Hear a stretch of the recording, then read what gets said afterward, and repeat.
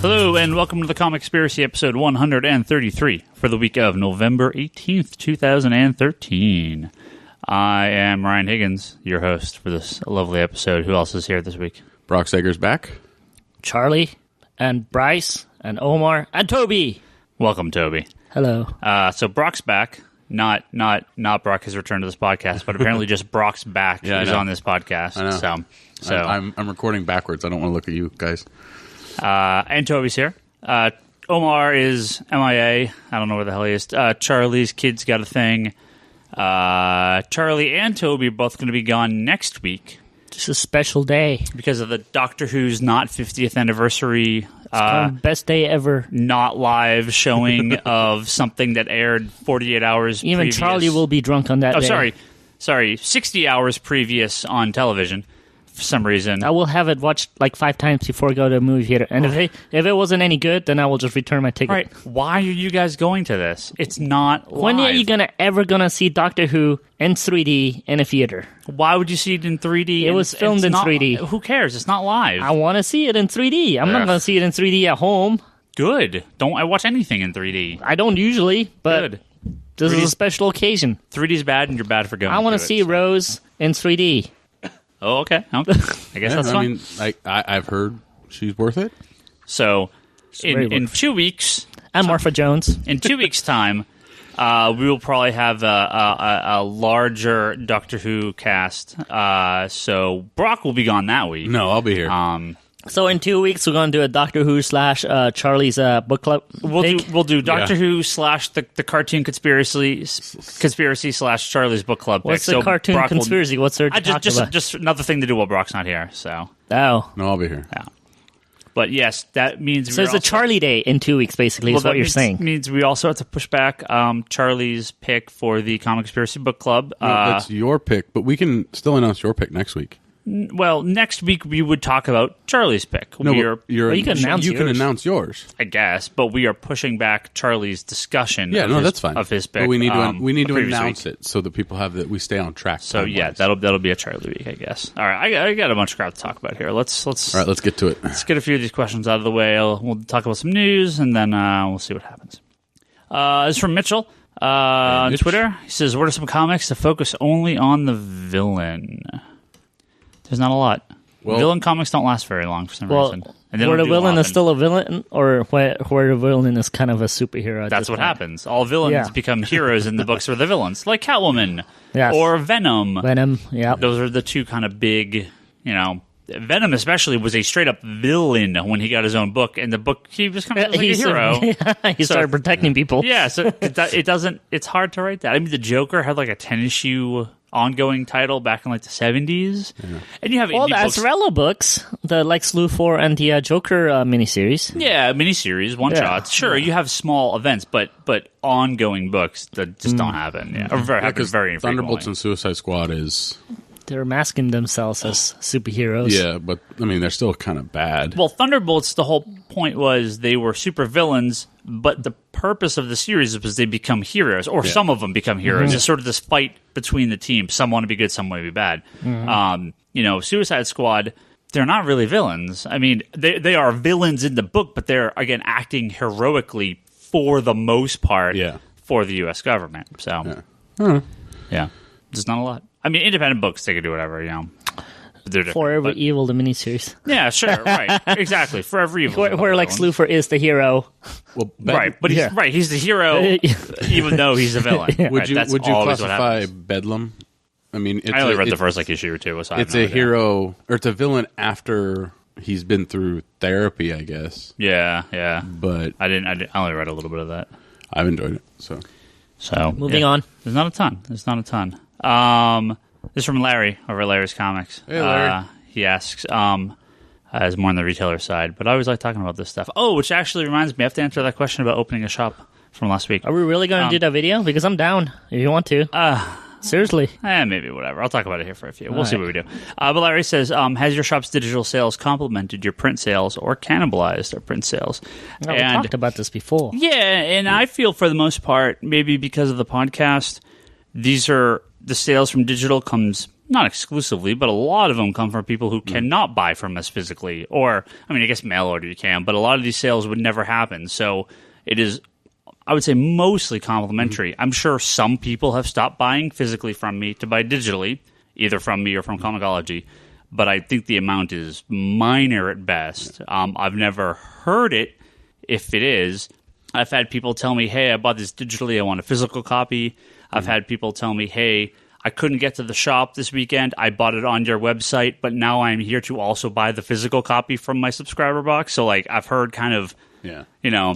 Well, I know Mitchell, the guy that just tweeted a question, he gets a handful of things digitally through your store, but he also does mail order from us for, like, trades and stuff. So, right. I mean, I think it just varies per person. I mean, I don't think digital sales have really impacted physical sales. If anything, it's kind of made some of the physical sales a little bit better in certain cases. Well, like I said, I think the amount of sales we've lost is outweighed by the amount of money we've brought in from digital. Again, digital sales, we're not making thousands and thousands of dollars. I mean, you know, it makes a little bit. It helps. Pays a couple bills. But it's like, I don't think that's money we would get otherwise. I think the majority of that is completely additive. Now, that's going to vary store to store. I know plenty of stores that are like, yeah, we've had a Comixology account and sold like 2 books total. You know, it depends on what you put into it. For me, it's minimal work, but the podcast helps. And I get a lot of people out there with that. And being so close to Apple and all the tech jobs, there's a lot of more tech-savvy people here. So, I mean, I had a guy who said, you know, he's like, I just cannot keep up with the books. So he stopped buying most Marvel and DC titles.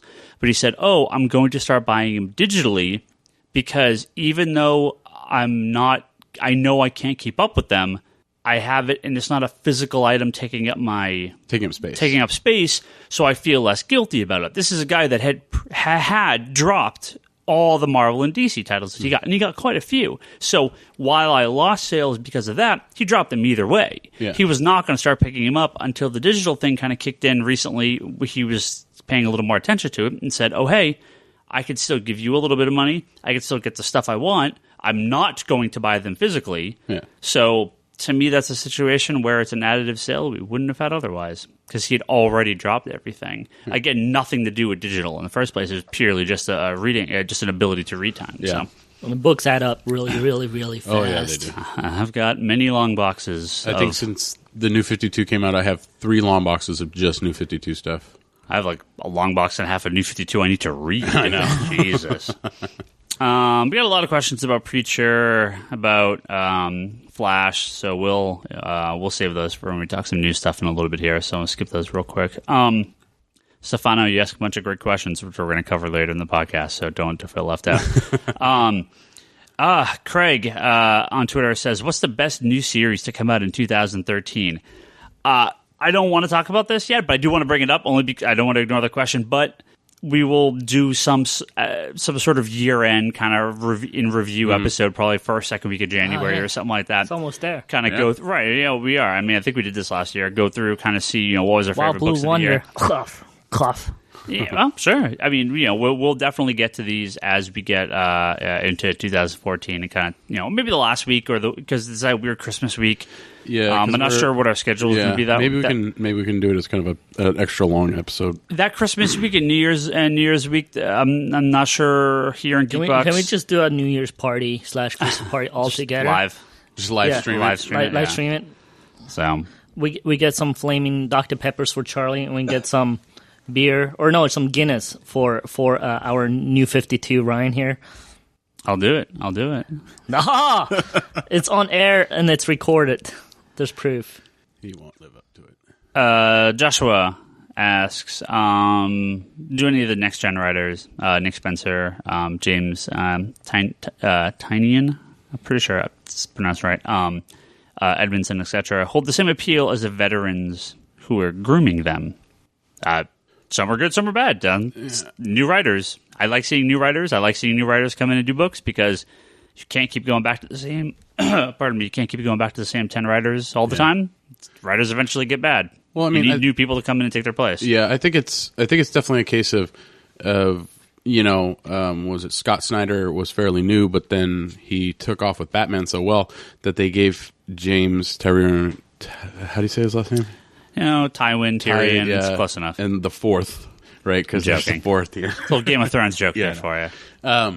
But like his talent has been okay, but I also think that, new writers, as long as they do a fair job, they're good. It's when they get to that book that kind of hits a chord with them and they can attach themselves in a certain way and they take off from there. So, but you don't know what book that is until you try them out. So yeah, I mean, guys like Scott Snyder and Jeff Johns and, there's a few of these guys that they kind of come straight into comics and maybe not their very first issue, but within a year, boom, they're suddenly totally blown up, right? I mean, Scott Snyder, it really wasn't until Batman #1 that he blew up, although those in the know were reading Detective and American Vampire and like, this is solid stuff. This guy's going to blow up.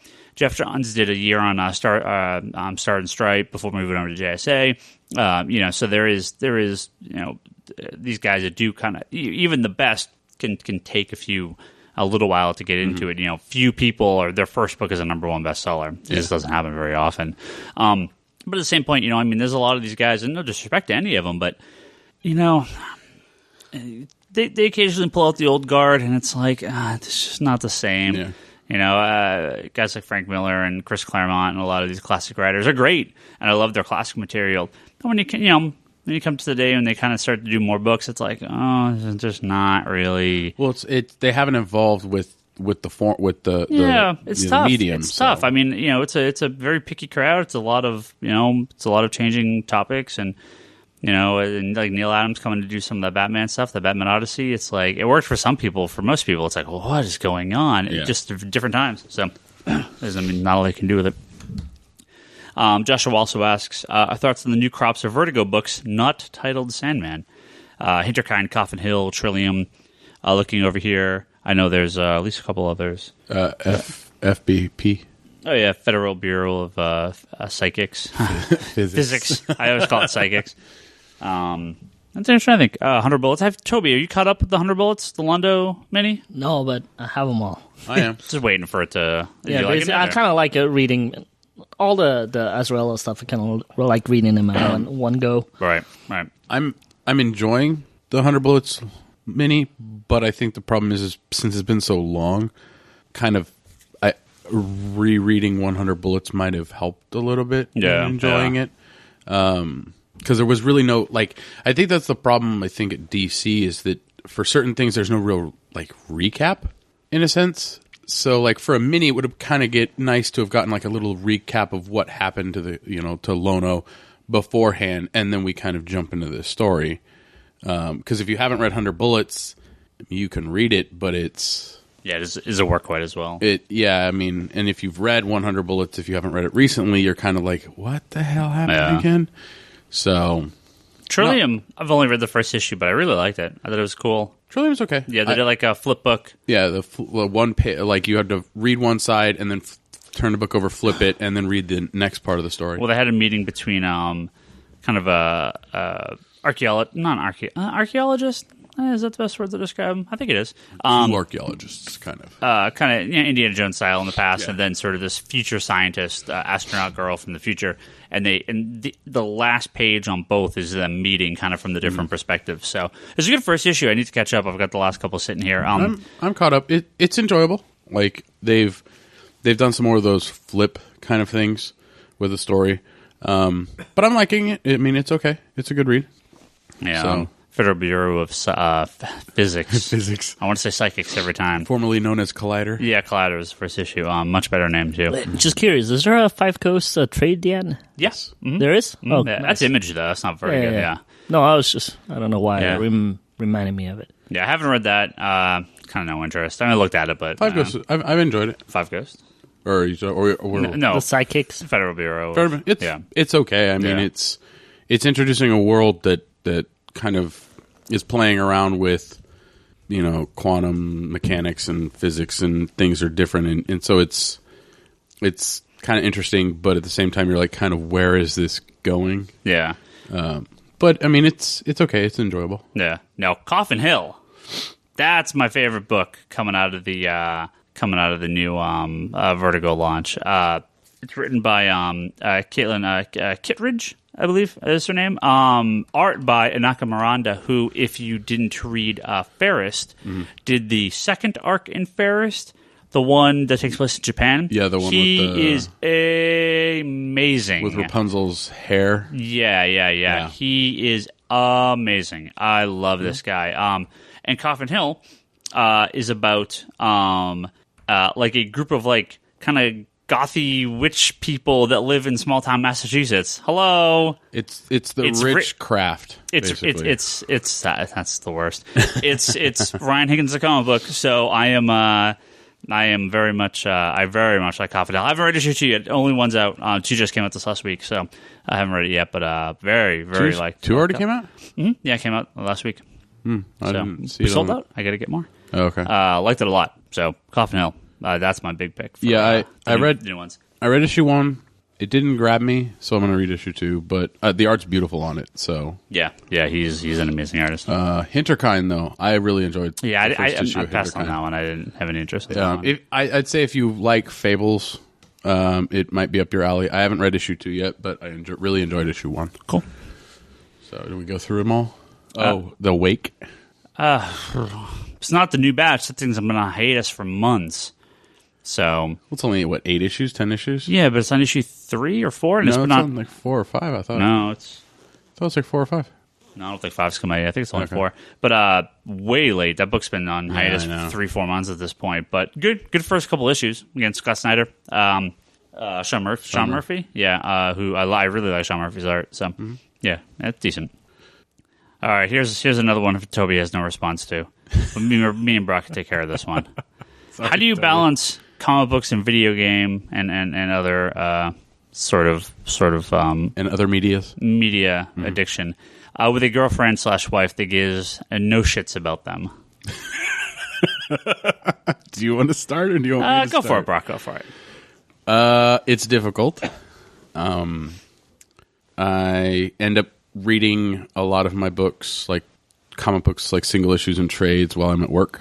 So at my day job, I'm a paraeducator, and I go in between classrooms. So like I'm literally like a student walking from class to class. So I'll shove my face in a book while I'm walking from class to class. And I normally take like a walk on my break. So I'll read and walk at the same time.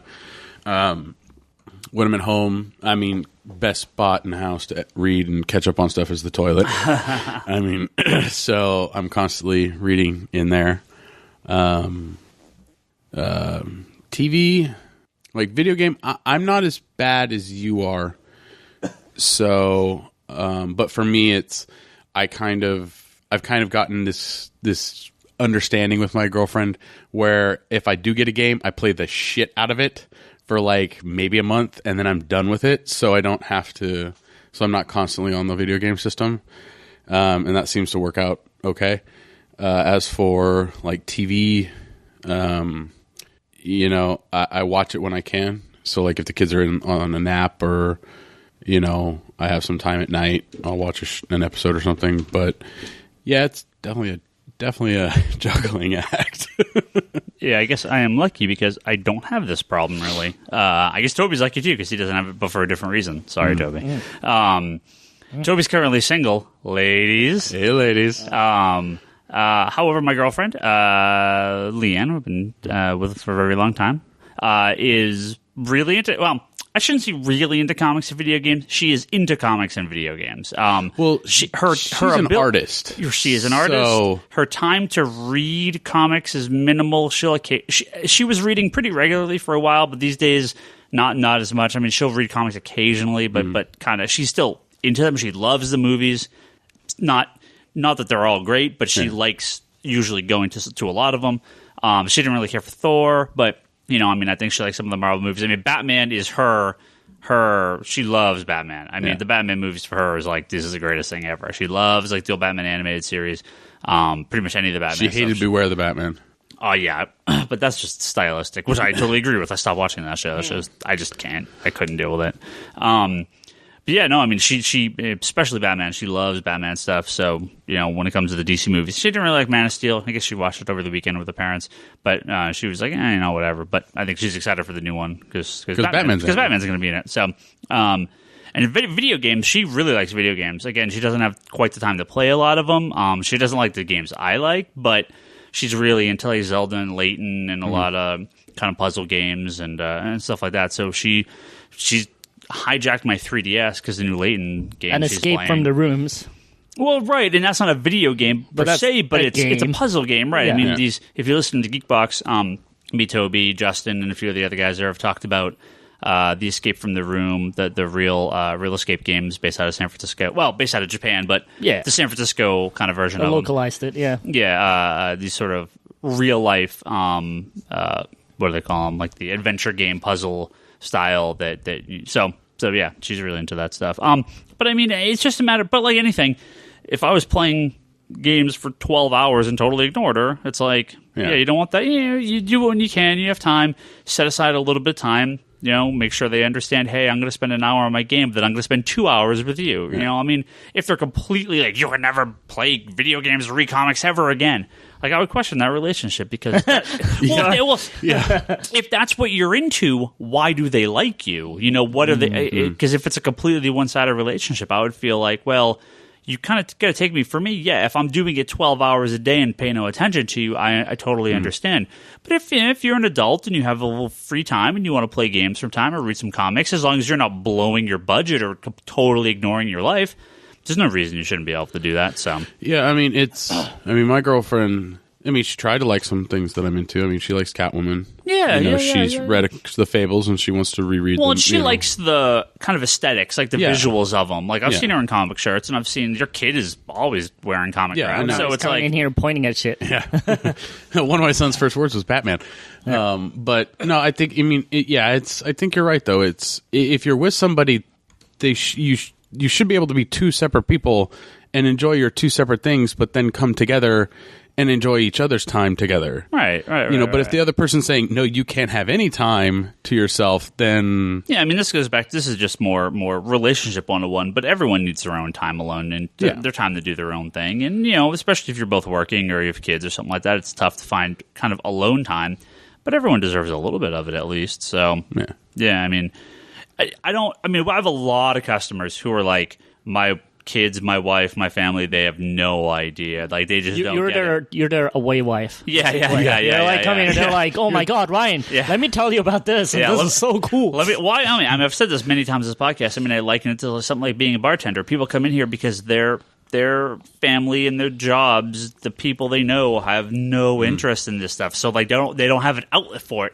So when they come in here, it's just diarrhea of the mouth. It's like blah blah blah blah. They just scream constantly because like it just needs to come out somehow, right? I got a brilliant idea. Just turn the front counter into a bar. Oh, basically, that's right. It already is. Yeah, it's a bar for comics. You make more money selling booze while you're at it with books. I dated this girl once that really was not into this stuff, and I actually found it kind of joyful to show her things that I knew she would not understand. Like, I think one episode of Avatar: The Last Airbender is about where the bison. It was all about the bison, like the flying bison going through what he went through in life. No talking, no dialogue the entire episode. She thought I was freaking gone, right? Then I think I took her to Wall-E, and like about halfway through the movie, she was like, turned to me and goes, are they going to talk at all? Or is it just like making beeping sound throughout the whole movie? Now, were you doing this to initially piss her off, or were you just doing this to give her a hint that you wanted her to shut up? I think it's more like I wanted her to see through it, but she never got it. So, yeah, obviously it didn't work.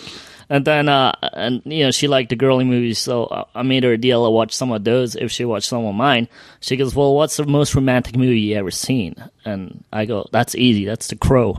Because he loved her so much that he came back. Sure. Right? She goes, what are you talking about? I'm like, this is like pure love, and it's like, it goes through life and death and stuff like that. And she goes, I'll watch it. I'm like, excellent, because I watch it every Christmas. So she ended up watching and she goes, what the fuck is this?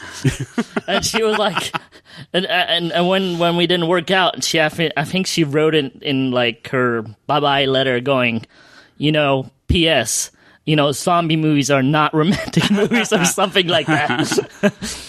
That's great. You got a Dear John letter? That's great. Huh? You got a Dear John letter? I don't know. What's that? That's what they call those letters that girls, when the girls break up with you and they write a letter. Or it might have been in an iChat, or I don't know. It's somehow, some way, she was like, P.S., very angrily, going, by the way, a zombie movie is not a romantic movie. There was that one. I was like, you still don't understand this movie.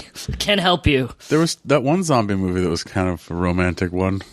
Where the zombie, his heart beats again. The one that came out fairly recently. Yeah. Yeah. Warm Bodies. Yeah. I didn't see that. I got a couple more here. Let's burn through these and get some new stuff. It's from Don, who says, how do you know when you need to stop reading a series? How many issues do you give it before stopping? I'm assuming, meaning he doesn't like the book that he's talking about. What book is he talking about? When you actually stop reading it, you stop reading right away, but stop buying is a whole nother story. I think that's what he means. That's what he means. Yeah. How, when do you stop purchasing this title? When you have like 2 long boxes full and go, wait a minute, I'm not going to read this. Yeah. I mean, for me, it depends on how it's presented. The examples I always use, I'm sure I've said this before, when Chuck Austen and John Byrne and it was Chuck Austen and then John Byrne and Chris Claremont took over runs on JLA, right? They were 6-issue runs. You knew they were 6-issue runs. These were not ongoing creative team shifts. They were just fill-in arcs, right? Yeah. I'll suffer a fill-in arc of characters I really like, especially if I'm at the point where I've bought every other issue of a series. I'm not going to jump off on a fill-in arc. Now, if they announce tomorrow that, God, who's some current just trash writer? I don't even want to throw anyone under the bus. Just say current trash writer. I mean, sure. Current shitty artist. Let's just continue the Chuck Austen bashing. Let's say Chuck Austen was going to be the ongoing writer of Batman, starting with next month's issue. Then I drop it. Yeah, because for me, it's like I won't even give it one issue. If it's a creative team that I'm unfamiliar with, I'm willing to give anyone a shot. Yeah. Especially if it's a character I like. Now, if I'm reading X Factor because Jeff Johns is writing it, then I'm going to read it until Grant Morrison's new X-Men. Perfect example. I don't care about the X-Men. Grant Morrison starts writing it. I read his first issue. The second he stops writing it, I stop reading this book because I'm not going to read it past his arc. Isn't it Chuck Austen that's writing the New Warriors right now? Yeah. No. If it was, I would not buy it or read it. You'd be torn. So, but I mean, there have been plenty of books where I'm like, oh, wait, it's not New Warriors. He's writing Speedball. No, sorry. There have been plenty of books where I'm like, this is okay. And I mean, at that point, you got to give it at least a couple issues. Yeah. Could be a bad arc. Could be a bunch of garbage crossovers. Like right now, like with the Zero Year stuff, it seems like, come on, guys. Like, stop with this multiple. Someone had asked me, actually, I don't think I have it on here. I think they asked me about it on the podcast, though, like, what's with all the origins, like Zero Year and the Zero issues, and then this 5-year later thing, like, why can't they just have stories that continue? I mean, at this point, I kind of agree. Like, just let the books stop with these events, just let the books go. Because no one bought extra issues of those Zero Year crossovers. I didn't sell a single extra copy of anything. I bought my orders by a couple copies. No one. I lost readers because of it. It sucks. But yeah, it's just like, at some point, I really like The Flash. It's going to be a shitty-ass book for me not to read The Flash. And it almost got there before before Johns kind of brought it back before the relaunch of New 52 because it was terrible. But I knew it wasn't going to last because it was so bad. It all depends on what your perspective is, If the book is that bad, drop it right away, Well, and I think, if you're getting a book... Especially if you're reading and you're buying is some form of limited. Yeah. If you only can purchase 10 books a month, don't waste your time on a book that you don't like. I think that, like, if you know something's going to be a short run and you're interested in it, give it the first issue. If the first issue entertains you enough to buy the second issue, then read the second issue. Unless the second issue is completely and utterly abysmally horrible, keep going. But if that's the case, stop. Yeah. For me, a lot of time it's the art. When the art goes, it's really when I decide if I want to drop a book or not. That's if the cover is bad too. So it literally has to be, writer jumps off first. I'm like, all right, well that sucks. I'll look at the art and go, it's still good. At least there's something for me to enjoy, and then I'll go a couple issues in through that, and they drop the artist too, and then I'm like, well, the cover's still good, and eventually the cover's bad too. That's when I'm actually finally dropping some. I'm a horrible example, so do not listen to me. Don't do that, please. Well, like Earth 2, James Robinson is off the book. Yeah. And issue 17 came out last week. Yeah. So I haven't read it yet, but... Yeah, it's Tom Taylor. That's one of the books that I'm like, I'll give it a shot and see how it goes from here. He's the guy that wrote the Injustice comic. Yeah, and it's not bad. So, Yeah, I'm going to give it a try, but I'll give it a couple issues. If it's not to my liking, then I'm just going to stop. Sure. So... All right, let's see. We got a couple more quick ones here real quick. Okay. This is from Michael, one of our regular customers here. Hello, Michael. He says, what do you guys think about the Valiant books these days? And Brock's a big fan. Oh, yeah, I love them. I mean, Valiant is the only publishing company I get every single one of their every single one of their books. It's not hard to do, dude. Oh, I know, but no, I've really enjoyed it. I mean, their crossovers haven't been too bad or overbearing. The Unity's coming out right now, which I know a lot of stores got burned with that ordering multiple variants of number one. Well, they had, it was fully returnable regardless of finding the orders, and they had C, E, F, G, H, I, J, 9 covers. Oh, jeez. 9 covers plus variants. Oh, jeez. But no, I mean, I've really enjoyed it. I mean, it's... I think for me, it's really enjoyable because recently I had gone back and read, those first trades of, Harbinger and Exo Manowar and Raw, or however you say Ray, or whatever you... Rye, that's it. And those just... At the time, they might have been really good, but reading them now, they're hard. But I think that the Valiant's done a really good job kind of bringing these characters to a modern day storytelling. So, and they're really good reads. I mean, Quantum and Woody is something that I thought I would not like because it's kind of that, slapstick kind of humorish book that's written just to be funny. But I've really enjoyed it. So, but yeah, Harbinger's been great. Bloodshot's been great. Exo Manowar's been great. Even the Eternal Warrior that just came out, which was a little shaky. I mean, I've enjoyed it. And then what's the other one? Shadow Man's been really good, and then you love the old Shadow Man stuff. So, I mean, I would recommend them.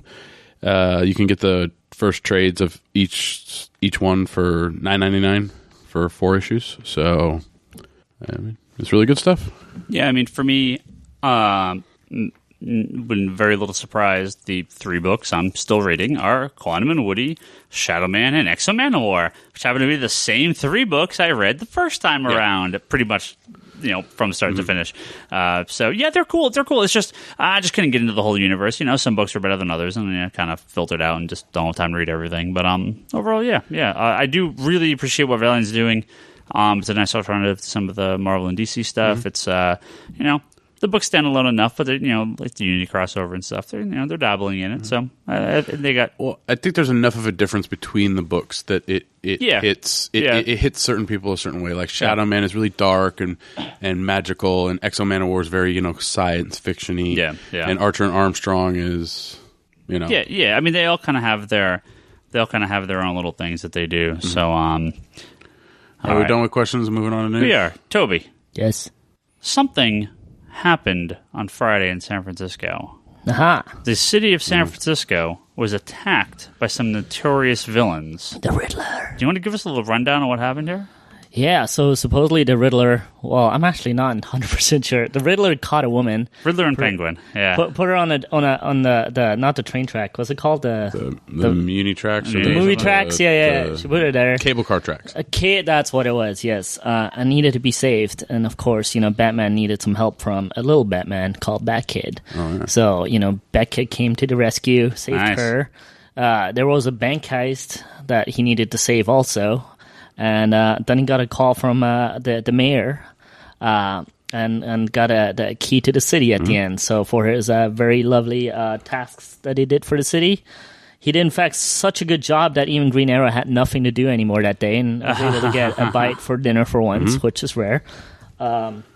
But no, I thought that was really, really cool. Make-A-Wish Foundation did this, granted this wish to this kid that wanted to be a superhero. Miles Scott is his name. Yeah, 5 years old. Really cute. really cute. And lots of people, a ton of people came out for this and were cheering him on. And I just think this is just so awesome.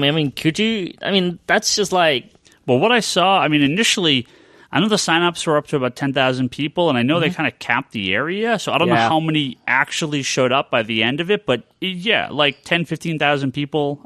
Easy. The San Francisco Chronicle rebranded their magazine or their newspaper that day. Wow. To be, and they gave out a bunch, but then they actually put out a print edition of it on the regular one with like the Gotham Gazette. Oh, that's perfect. With this picture and everything in it, and a bunch of people. Barack Obama even bind a little thing to him and stuff like that, which is that's awesome. Yeah, really cool. It was able to be in a really nice. a new version of the Batmobile and stuff like that. It was just like everything is just done so cool. And, yeah. What a great day for that kid. So that's awesome. Yeah. I just wish we could do this for every kid that wants that. So he saved Lucille, right?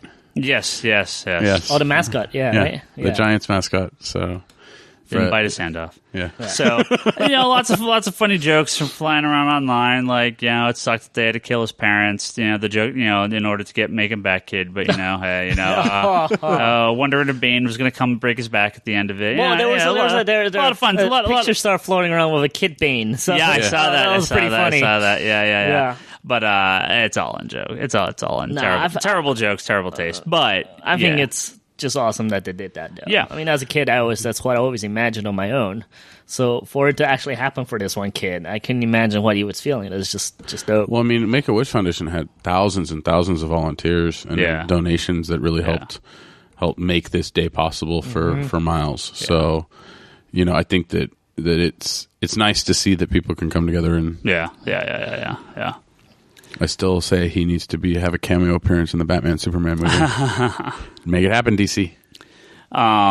So yeah, that Batkid stuff. I mean, that was Friday everywhere. Friday. Oh yeah, I almost took the day off just to go, but I for a minute earlier I thought about it, but I saw the signups and I saw how many people were talking about it. I was like, you're never even going to get close. Signups didn't matter because I signed up for the mayor thing. Yeah.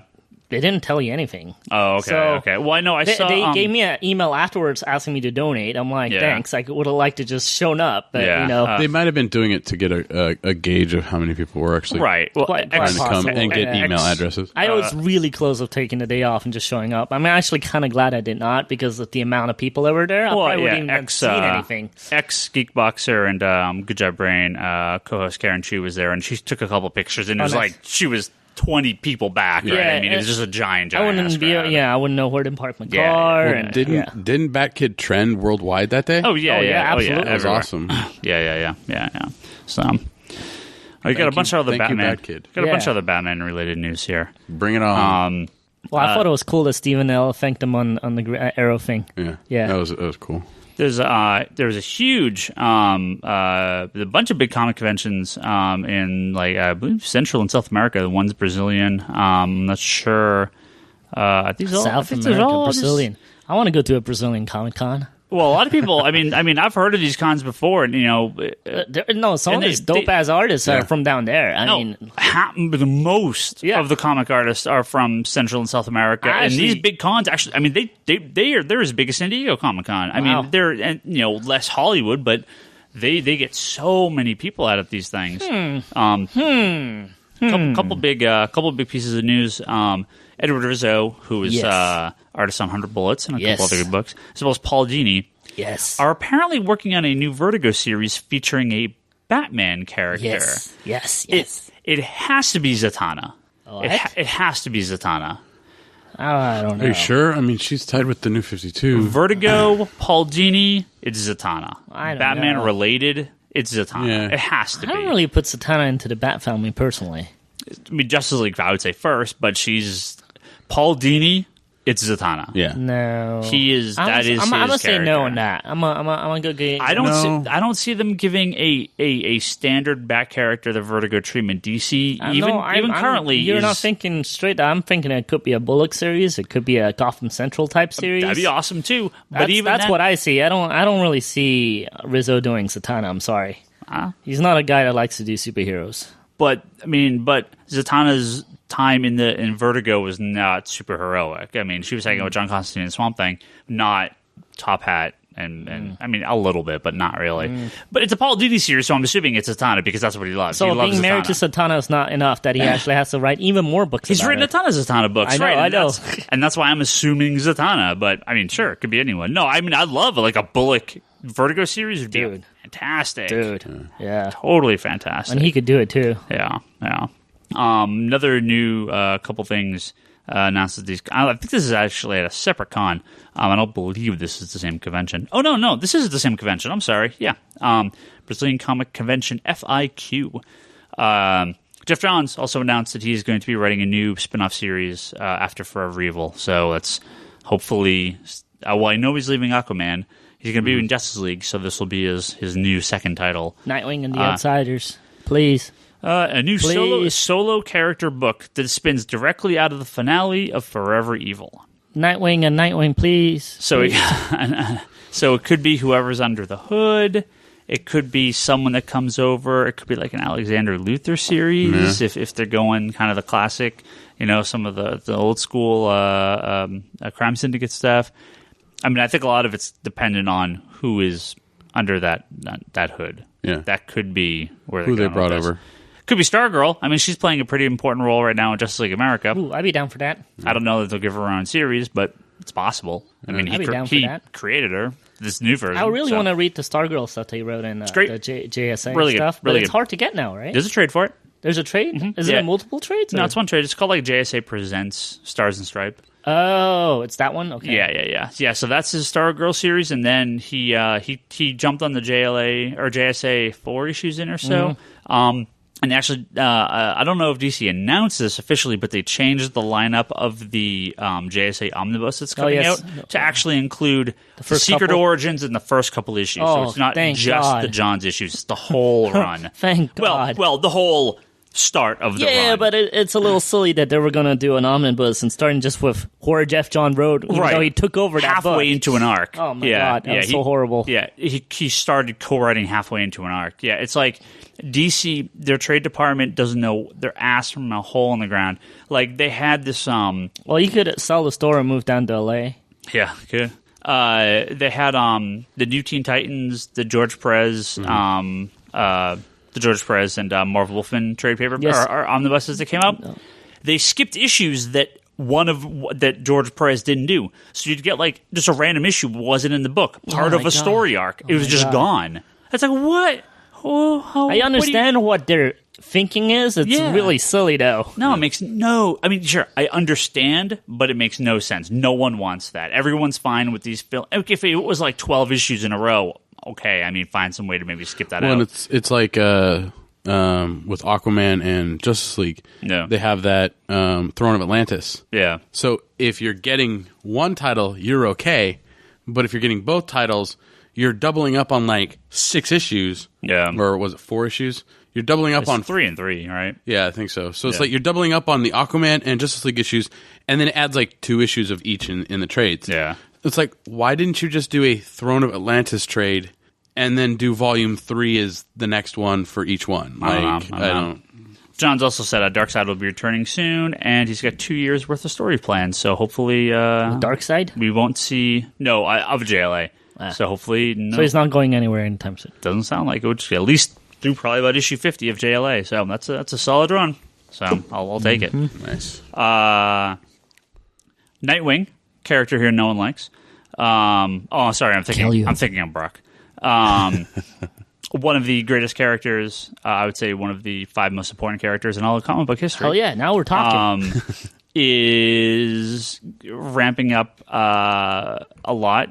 Bleeding Cool put up a list. They had registered the trademark of Nightwing, the logo, for 1.5 billion things like rainwear and I want my Nightwing underwear. Equipment sold as a unit for playing card games, as well as kickboard flotation devices for recreational use and Christmas tree ornaments. Sweet. As many other things. Not that this necessarily... you might be able to get your toy bakeware and toy cookware Nightwing set coming up soon. Everything Nightwing. Yeah. Now we need everything Gambit. Yeah, it's possible. Ride-on toys. You can have your Nightwing ride-on toy. So you can ride like Nightwing. Tricycle? Oh, whatever you want to do with it. All right. You get your Nightwing poncho. There is Nightwing swimwear. So So, Nightwing lingerie. Ooh.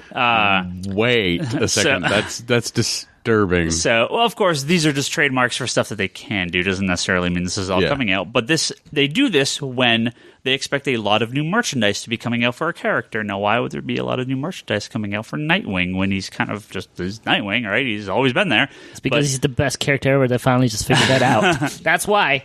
Well, a lot of people are assuming this whole rumor of him being Superman Batman 2 may actually be kind of true. Superman and Batman are trademarked for everything under the sun, and I assume Wonder Woman is too, if she is in the movie. But Nightwing probably, Robin, yes. Nightwing, no. Yeah. So there's a lot of people thinking that Nightwing may pop up here in that old. There's also rumors he's gonna pop up in Arrow. Yeah, I don't like that. It might be a rumor that he gets his own show. Which could be Birds of Prey done right. I'm fine with anything but Arrow. I don't see a need to put him in Arrow. If you want a Batman show, do a Batman show. If you want a Nightwing show, I don't see the need to put him in Arrow. Because Birds of Prey, I always felt like they just done it wrong. The heart was there. Well, maybe not with the executive producers, but the idea was there to do a Batman show without Batman, which is fine. Which is the whole Marvel analogy, right? Where you have S.H.I.E.L.D. and you got the big guns and their big movies, and now you got the street level guys and their Netflix shows, right?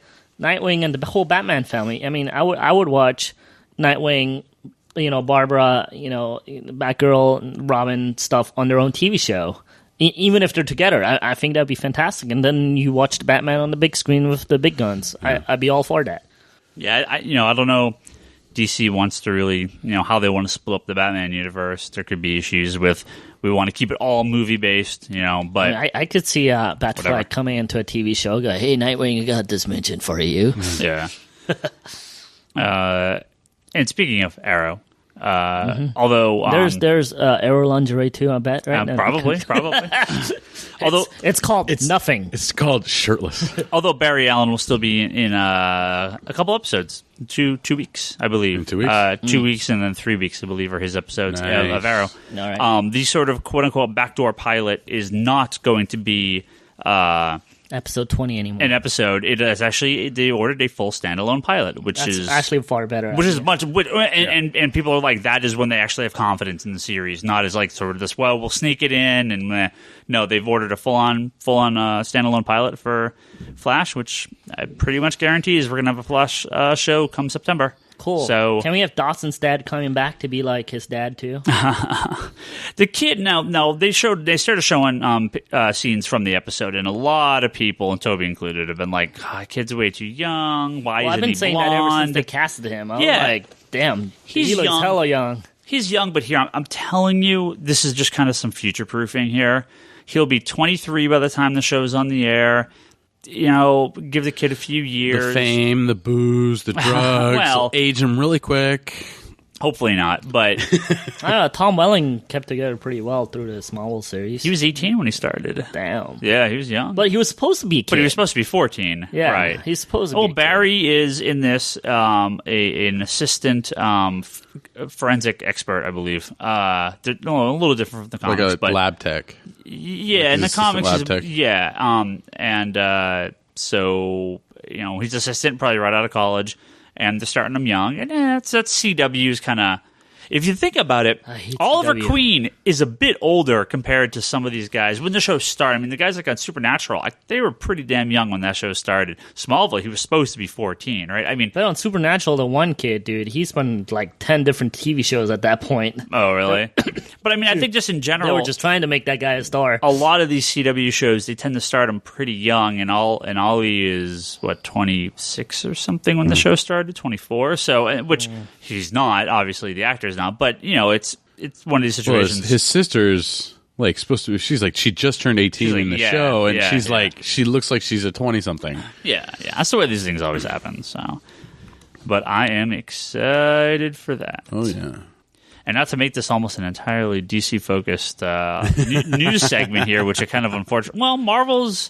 This has been nothing. Marvel news. S.H.I.E.L.D. numbers are dropping every episode dramatically. Brad's just still going to drive his car through the store one day. I'm still waiting for Marvel that to news. happen. There's your Marvel news. Hey, I'm still TiVoing it. Are you watching it? Nah, I'm like 4 episodes behind. No. Here's the Twitter question. When do you stop TiVoing a show that you're no longer watching? About 2 years after you realize you're not going to watch it. Like, Once Upon a Time.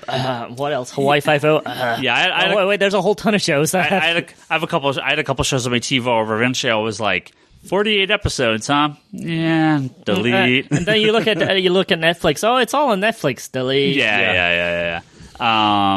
But this one, this bit of it is exclusive on Bleeding Cool. He claims he's breaking this. There was talk over the weekend that AMC, one of the guys at AMC had sort of outed to a comic store that they got Preacher, the classic Garth Ennis and Steve Dillon Vertigo comic, one of my favorite comics of all time. And it was finally going to be made into a TV show on AMC. Bleeding Cool is saying that it's actually being made by Sony, but distributed or aired showed by AMC. Through AMC. And it's being developed for Sony Pictures Television by Seth Rogen and Evan Goldberg, and Breaking Bad series writer Sam Caitlin. So it's all right. I'm still hoping for 100 Bullets. Hopefully. Well, DC hasn't talked about the 100 Bullets thing in a long time. For a while. Yeah. Well, at one point they're saying it was a Showtime or something. Yeah. Then it just kind of went away. Yeah, a lot of stuff The Justice League Dark movie got brought up a few weeks ago. Really? Yeah. What's his face? Del Toro. Del Toro talked about it. He's like, oh yeah, it's going to be part of this big DC universe they're building. And he's like, oh wait, maybe I shouldn't have said that. So I love Del Toro. So yeah, he has a new book out. It's The Cabinet or something. It's basically his notes and stuff from his movies and his life, and it's nice. It looks really cool. I actually just ordered it, but it's nice. Like his home collection of monsters that he has, his notes, his drawings, all the doodles, and him just talking about it. It's a really cool book. That's Everybody cool. That likes him should probably look that up. I love Del Toro. He's amazing. Yeah. So yeah, Preacher is. One of the top books that I always recommend for people to read. It's graphic. You stipulate. Are you religious? Yeah, and I think religious people could kind of get something out of it too. I think it doesn't do a disservice. Something else to burn on the pyre. It's offensive. Don't get me wrong, but I don't think it's like religion's dumb. No, the guy's a very religious guy, and he's pissed at God. Yeah. He's not questioning his faith. He's well. Mitchell had shared this news with me over the weekend, and I was like, "What?" And then I got like uber excited, and I'm like, well, they've been trying to do that for a long time. Well, yeah, like I guess Seth had tweeted over the weekend, like he's like 7 years of work, and one of the stories I love the most is going to come out, and everyone's like, what? And he like mentioned like Santa Killers and all this stuff, and everyone's like, oh shit. But I think that if it's going to be a rotation of like Sunday night you watch Preacher for half the year, and then Sunday night you watch Walking Dead, I'm like, I'm down. That's perfect. Yeah, Preacher is. The book was long enough. There's enough kind of journey, easy to make 5 seasons out of. Break that book down, just be a couple of years. You don't have to go crazy with it. If they want to do spinoffs between Arseface, Santa Killers, Tulip, a few of these other characters, they could if they really wanted to. But I think the main story is fine. Yeah, they could even push it to 7 seasons if they wanted to. But like you got the Swamp People. Quality. As long as it's quality. Yeah, that's all that matters. Yeah. Because I feel like Hollywood is rating the comic book store stories and all it's has. Well, there's still quite a few good ones out there, but eventually they're going to tap the top 2% and just be like, oh, but here's the rest of the garbage. Yeah. I'm a little worried. They're going through it pretty fast. Yeah, they are. Well, look at how long it's taken to get some of these things going. Here comes our Vibe TV show. Yeah, yeah, Vibe is competing with Speedball for don't joke about viewers. Don't joke about it. I can see MTV doing that and goes after the dance show. Yeah, Jesus, there'll be a Vibe TV show. I could see that happening. Don't start joking about it. I tell you the Vibe short that they ran on that the was Cartoon Network was hilarious. It was pretty cool. Yeah, but it's very tongue in cheek. So. I think they should do a little Gotham cartoon though. They should. So I think. Did you hear about this, Toby? That years ago they pitched a Gotham High cartoon. Yes, you heard about that, right? Oh my God, I saw the drawings of it, and it was cool. Yeah. I would have been down for that actually. Yeah, really. It's definitely an alternate universe thing, but it was a cool concept. Yeah. I would have been totally down for that. I still think they need to do Gotham Central. No, it's basically like X-Men Evolution, but with Batman characters. Yeah. Basically. Yeah. All right. We got a few things before we wrap up here. We got a few things we're going to do. A couple of weeks ago, we were supposed to give away our Ninja Bot. We're actually doing that? We actually are You doing didn't do it last week? No, we didn't do it last week. Oh, because I wasn't here to remind you. Because the episode went for like an hour and 45 minutes. And we still have long. a machete shirt? Yeah, like I guess I will do some with that too. But before the podcast started, I went through, put all the people that gave their entries on our forums and on the Comic Conspiracy page, and kind of threw them all in a little like. Put it in Brock's hat. Pick number 6. So we got 2 winners. Okay. Send me. Well, one of you don't need to send me your address. One of you, actually, no, I take that back. Neither of you need to send me your address. I actually have them both. Are these our mail order people? One is local. Okay. The one mail order, and it's writes in the podcast all the time. Stefano. We got a print coming for you, so we're going to contact the Ninja Bot people, and they're going to send one off to you. And the other, congrats, Stefano. the other happens to be a regular customer here and a listener to the podcast, Anani Mouse, also known as Trevor. Trevor, nice. Couple. He doesn't want to know that, people. Lucky Pull's there, so they can send that here to the store, and Trevor will give that to you. So Trevor, for his origin, he actually went with Magneto. What? This is one of his favorite origins, which is a very good origin. Huh. And Stefano. And it's.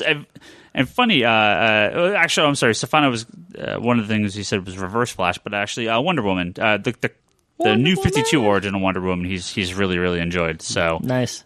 These are both really good picks. I don't know if there's a Magneto one. I'm sure there's a Wonder Woman one. So I'll see about getting the Wonder Woman one for you, Stefano, and then Trevor. That we'll see what we can do. Maybe it's an X-Men one or something. And Trevor. So yeah, there you go. For everyone else, thank you for writing in. We'll do some more contests soon. I'm gonna try to do more stuff like that from time to time. So it's pretty fun. Thank you to the guys at NinjaBot for offering these, and we'll get those out. We'll get those out right away. I think for the Omar Machete shirt, we should just do the take a picture of each shirt again, like we did in the past. And people have to figure out who's who. Oh, God. I thought that was pretty funny, actually. Actually, we could do that. We could all put the shirt over our faces and be like, ooh, and then just better. line up all the pictures and say, even who's better. who. I'm going to have to wash it in between wearings. And then no one wants to soil the shirt that we're going to give because them. You're such a germ freak, you would go first. Toby's already gone, and I have to wash it already. It's already gone. No, that's my own shirt, Sully Monkey. Okay. I still wear that to bed every night. Do you really? Yeah. Nice. Over my head. And I talk to people in the dark. It's to scare the robbers away. Well, no, it's just to scare the spirits away, Brock. Come on now. Well, since we have a few extra minutes here, why don't we do something we like to do from time to time? It's only a few of us. We can do this pretty quick. Why don't we do a couple random picks of the week? Random picks? Each? No, one. You do as many as you want. Can I be Bryce? All right, let's list this thing down. Let me list the X-Men titles I'm going to go first and get it out of the way, and it's a total cheat because I already talked about the book, but Coffin Hill. Okay. Coffin Hill in the Vertigo series, heard him talk about earlier in this episode. Really liked the first issue. Second issue, I haven't had a chance to read, so maybe it goes all downhill from there, but hopefully not. And again, it goes all down the Coffin Hill from there. Yeah, well, hey. And again, the art's incredible. Really like the art in the book. Very clean style. Very nice. Want to see what I closed the window. I forget the guy's name. Miranda is the last name. So I want to see what he does going forward. But yeah, and I'm always willing to support a new Vertigo book. I do love Vertigo, so hopefully this book continues. So if you pick up the first issue, let me know what you think. Brock, you got anything? Toby, you got something? Oh gosh. Toby, you had one, right? Yes. Go for it. I'm gonna peruse. Years ago, I like this little independent miniseries by my uncle called Hero Bear and the Kid. Yeah.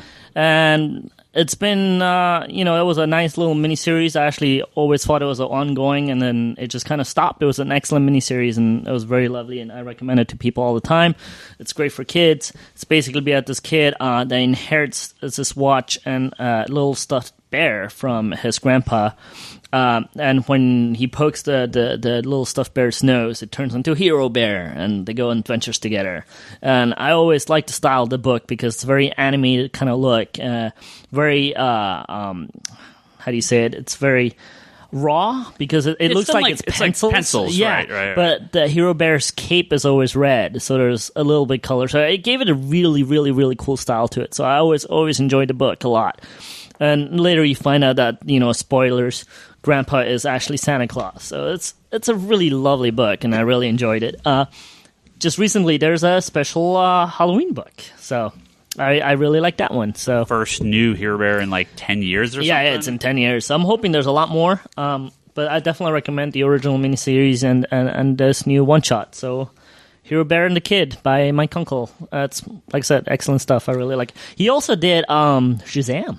Which I really enjoyed too. Yeah, he did a couple issues on that Shazam series for DC. Yeah, the new one's published by Boom. They reprinted the original miniseries in kind of comic form because the first miniseries was like a little oversized. I think. No, it was comics. Yeah. Or it was like Golden Age size. No, it's really? Normal size. Yeah, I own them. I thought they were bigger. No, but they're just. Oh, maybe I'm thinking the trade paperback's oversized. Well, the trade paperback is oversized, and they did a really oversized hardcover. Oh, so okay. Even bigger. Okay. Yeah, but then they did a Charlie size.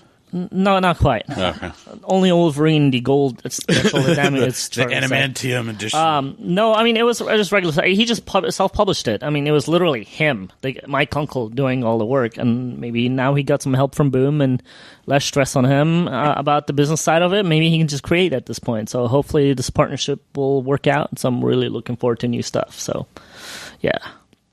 I'm going to go with, I got two. So I'm going to go with Velvet by Ed Brubaker and art with Steve Epting. Didn't you already pick that a couple of weeks ago? I think Charlie picked it, maybe. I don't remember. I might have picked it, but it's really good. If you, that's just that good.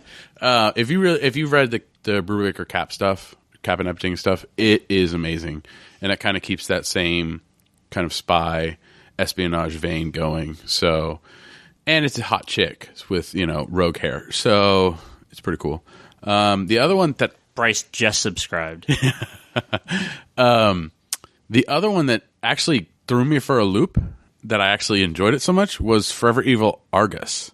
I kind of looked at it like, this is going to be the angry stepchild of... Talking about Argus, did you guys watch the last Arrow with Amanda Waller? Oh, yeah. Oh, I had no idea that was coming. Like, it took me out of...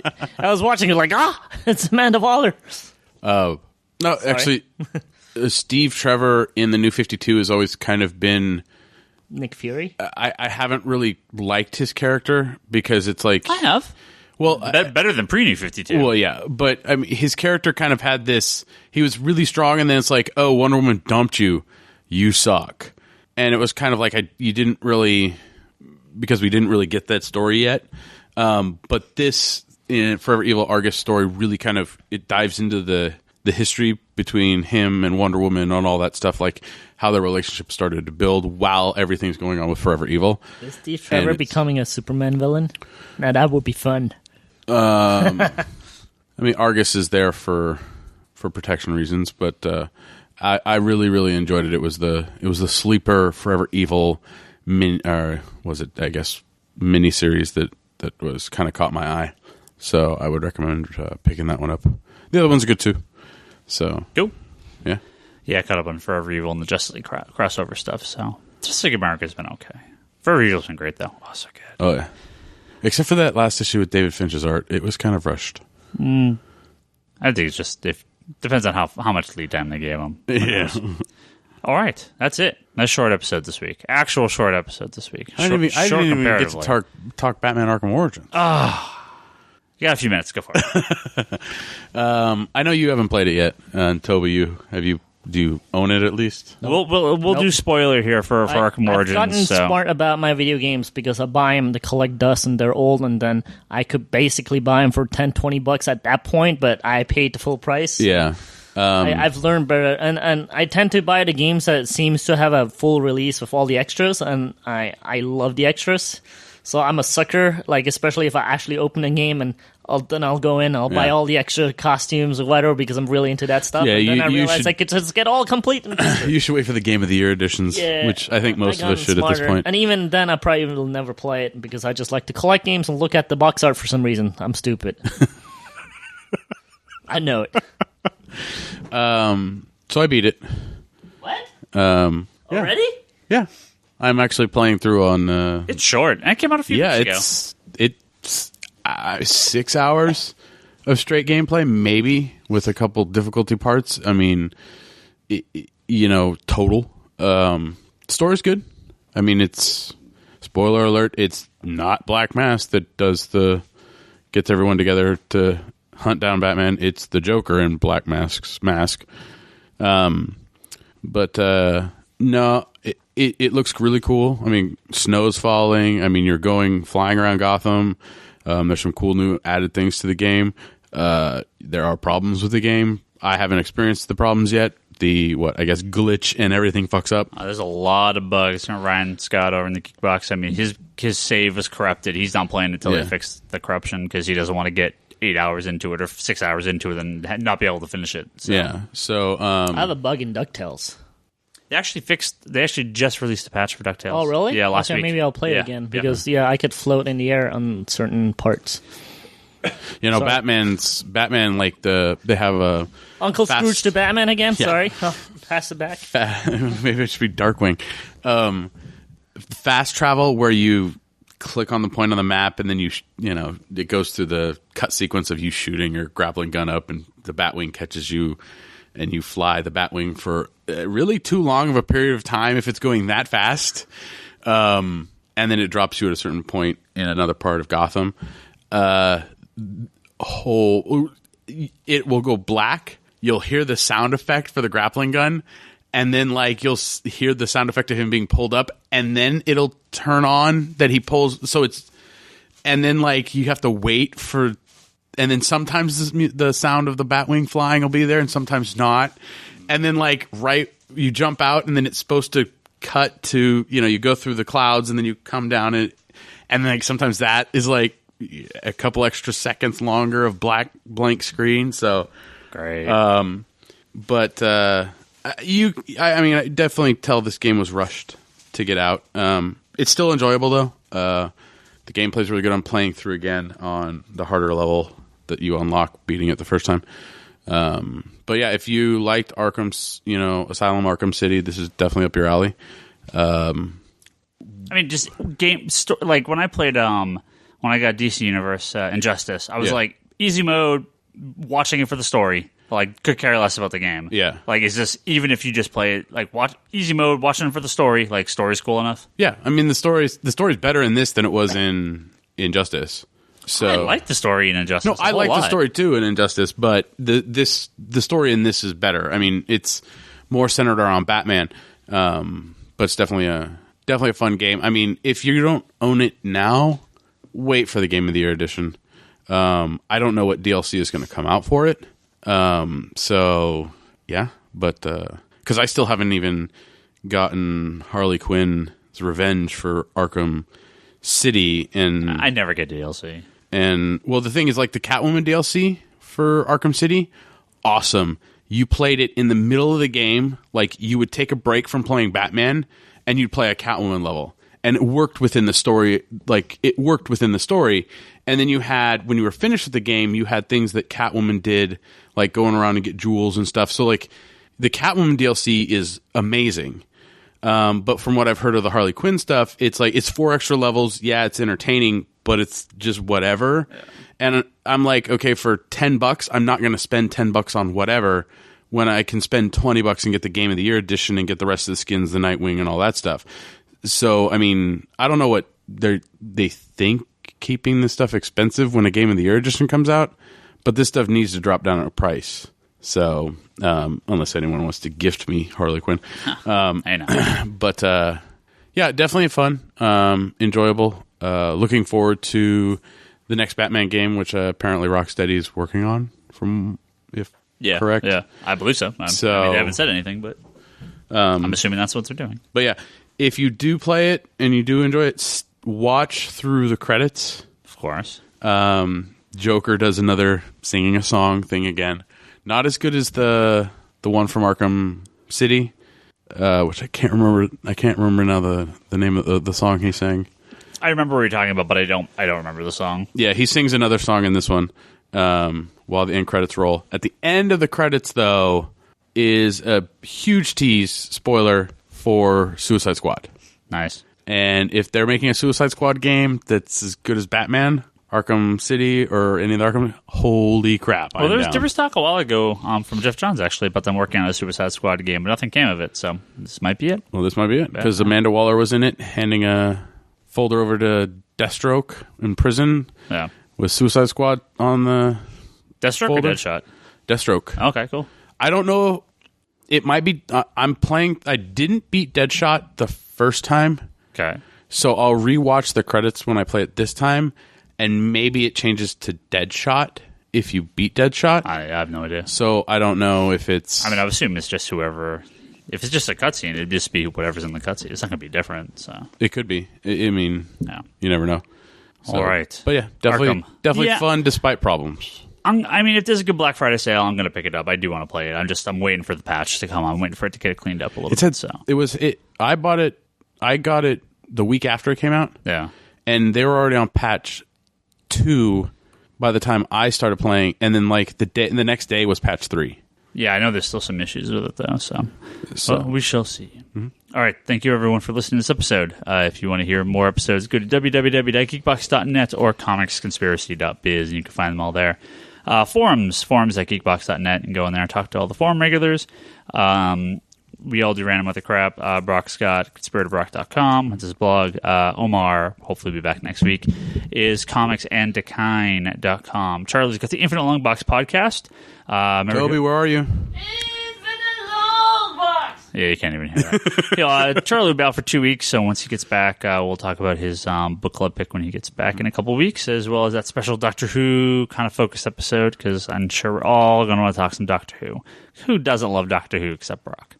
Man, sonic screwdrivers, man, just get over it. I just don't get the sonic screwdriver. It's awesome. Like I think Doctor Who, I think he's going to end up being some crazy dude in a loony bin who took a screwdriver and wrapped some shit around it and is just sitting there telling stories to other crazy people. You're stupid. I'm just saying. Sonic screwdriver, Doctor really? Who is the greatest character ever. It's like he's running around with a dildo. And on that note, Twitter, Ryan Higgins Ryan, Brock Sager, Comics and Decine is Omar, Larson Bryce, that's Bryce Larson. Go over there and say hey to him. Toby is TobyXI, Charlie is Insanity and Chaos. Digital.comicsconspiracy.biz, that's our comic. Digital sites are Comicology, go buy some books on there, that's always good stuff. I don't pivot enough, I haven't done this in a while. If we do mail order, we talked about it on this episode once or twice. If you want to buy comic books from us, shoot me a message. We do subscriptions, we do all sorts of stuff. I package them up. Free shipping. Nice. Free shipping for over $25 purchases, so save you a little bit on that. Give me, shoot me an email, thecomic@geekbox.net, and you can set up your subscription that way, or ask, order some books that way, or just send us a question to read in the podcast eventually. How long has it been since you've actually done email? I have some. I get them occasionally. I don't get them very often. I get them occasionally. I have a handful. And we'll do like an all email episode or something. All right. Thank you everyone for listening. We'll be back next week.